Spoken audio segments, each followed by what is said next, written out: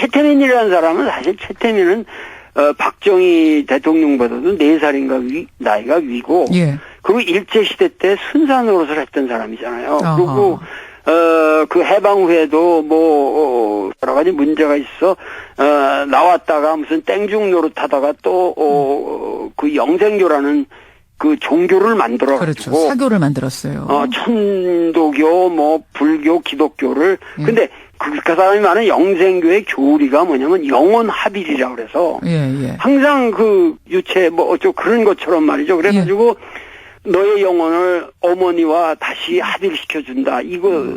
이런 이론을 가지고 나왔으니, 예. 거기에서 헤어날 수가 없죠. 아. 그래가지고 그 무슨 유경재단 그런 거 만들어도 전부 최태민이가 이제 그 실제로 다 움직이게 되는 거 아니에요. 구국 무슨 봉사단 여러 가지 그렇게 되면서 이 양반은 또 1994년인가 심근경색으로 돌아가잖아요. 예. 그러면서 이 사람은 5번째 딸이라고 하는 이 최순실이라는 여성이야말로 그 나의 이 영매의 능력을 가장 잘 계승한 훌륭한 인물이다라고, 내가 죽어도 너 뒤를 이 여자가 봐줄 거야. 자, 이러고 바톤 인계를 했고. 바톤을 넘겨줬어요. 바톤 인계를 했고. 예. 또 최순실이는 그야말로 이 여자의 입장에서 볼 때, 예. 박근혜 입장에서 볼 때는 타인이 박근혜라는 사람, 내가 그 전번에 얘기했는데도 검증이 안 된다고 그러는 것이 뭐냐면, 예. 사귄 사람이 없잖아요. 박근혜랑 인간적으로 박근혜 친구라는 사람이 없잖아요. 애초부터 공주였으니까 그 주변에서 인간적으로 접근하기 어렵단 말이죠. 수평적으로. 모든 사람의 접근이 차단된, 고립된 이런 상황에서 대통령이 되기에는 너무 초라하고 버거운 임무를 뛰어든 거예요. 대통령이 되기에는 본인의 능력에 너무나 버거운 걸 맡으면서 더 의존했을 것이다. 최순실이라는 사람. 의존할 수밖에 없죠. 그런데 그 의존 방식이 영매적. 어머니의 홀령이 말씀하신다. 그리고 이 여자의 말은 하나님의 말씀처럼 절대적인 것이다. 아하. 이렇게 들릴 수밖에 없는 멘탈리티에 사로잡혀 있는 하나의 불쌍한 영혼. 아하. 그런데 왜 국민들은, 우리가 알고 최순실의 남편이 정윤회고, 정윤회가 국회의원 시절부터 이 청와대에 오는 과정의 전체를 비서실장처럼 담당한 사람 아니에요. 이 인간을 국민의 대다수가 위대한 인간으로 바라보고 도장을 찍어서 대통령을 만들었던 이 역사가 얼마나 우리 민족이 지금 부끄럽게 생각해야 되느냐. 박근혜야말로 이 엄청난 어떤 의미에서 능력이 없으면서 그거를 능력이 없으면서도 터무니없는 그 최순실한 인간에게 의존할 수밖에 없는 허약한 멘탈리티를 가지고 대통령이 된 박근혜가 그동안 국민들과 같이 저지른 죄악을 책임지고 가야 한다는 거예요. 어떻게 책임집니까, 근데? 그러니까 지금 크게 말하면은 우선 김기춘 같은 사람부터 그래도 소위 말해서 군사 독재 시절에 가장 영화를 누리면서 아주 꿋꿋하게 권력을 지켜온 사람들 아니에요. 그렇죠. 박정희 밑에서. 그러면은 김기춘 같은 사람이 어떻게 이런 걸 다 알았다고.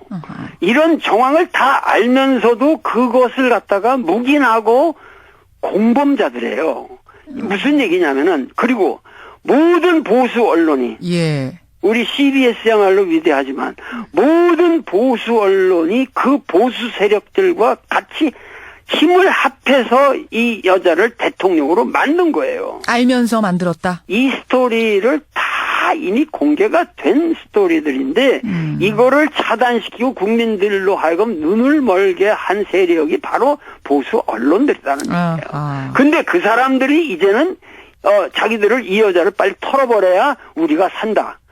그것은 말이죠, 자기 책임을 회피하는 거예요. 예. 그래서 모든 죄악을 자기들이 저지른 죄악을 다 뒤집어 씌우고 나는 우리 역사가 이렇게 가면 안 된다는 거예요. 가장 중요한 것은 청와대의 모든 사람들이 책임을 지고 물러나야죠. 예. 누구 하나도 자유로울 사람들이 없다고 보시는 거군요. 빼놓고. 예. 우선 다 물러나야 되고. 물러나라. 지금 그게 우선 바뀌어야 되고 예. 우선 지금 내각도 총사퇴라면 국가 혼란이 와서 안 됩니다. 지금 최순실도 없는데 어떻게 지금 박근혜가 판단을 하겠어요? 그걸 다 바꿀 수 없어요. 최순실 씨도 지금 독일에서 신경쇠약 걸려 있다는데. 그런데 예. 어떻게 이게 되겠냐고.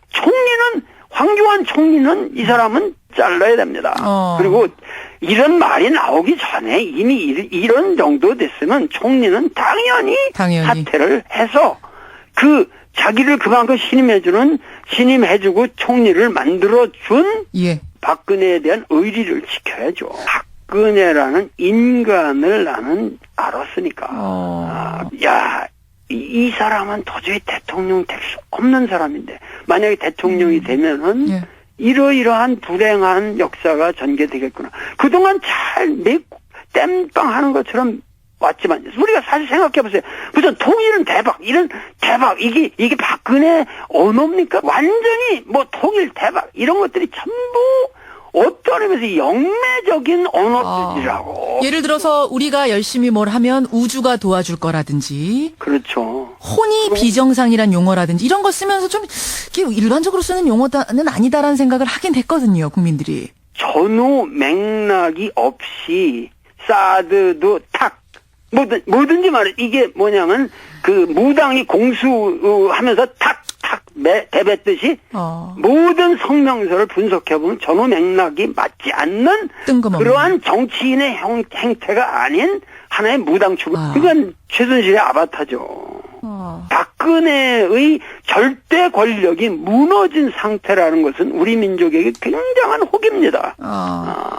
이런 걸 통해서 우리가 짚어야 할 걸 정확하게 짚고 같이 울분을 느끼면서 다시는 우리가 이러한 불행한 인간을 대통령으로 뽑아서는 안 되겠다. 자, 우리에게 필요한 것은 이것을 그야말로 우리의 죄악을 박근혜와 더불어 우리의 모든 국민의 죄악을 십자가에 못 박아야만 우리는 부활이 가능하다. 그럼 오히려 대선 전에 1년 전에 이런 일이 터진 게 우리 나라로 볼 때는 기회네요. 기회고 이거 정말 감사한 일이죠.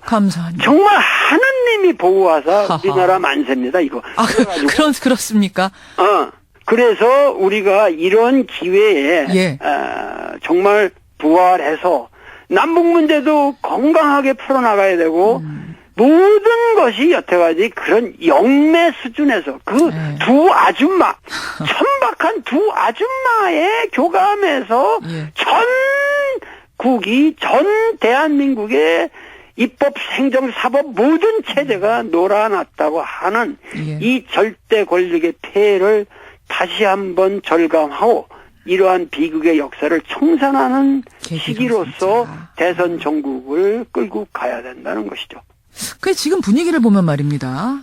최순실 씨가 인터뷰에서 그 PC 그거 내 거 아니다. 이런 이야기를 하고 새누리당 의원들 중에 일부도 사과도 하고 그 PC가 본인 거 아니라는데 뭘 그러느냐 이런 얘기가 슬슬 나와요. 네네. 이런 식으로 흐지부지 덮고 넘어가려고 한다면 그럼 그때는 어떻게 된다고 보세요? 바로 그렇게 흐지부지 덮고 넘어가려고 하는 모습이야말로 박정희 패러다임의 본면목을 보이고 있는 것이기 때문에 그거야말로 이 땅에 진정한 정의가 찾아올 수 있는 위대한 기회가 된다는 것이죠. 그 말씀은 무슨 혁명이라도 그땐 진짜 일어날지도 모른다 이런 말씀이세요? 혁명 이상의 것이 파멸이죠. 파멸일 뿐만 아니라 우선 선거로 일어날 것이고 그다음에 국민들이 각성해서 이제는 다시 이러한 역사가 반복되어서는 아니 되겠다. 아하. 다른 차원에서 예. 국민들이 생각할 수 있는 새로운 시대가 온다. 오히려. 바로 흐지부지 덮으려는 모습이 우리 헌 정치의 본 주소다.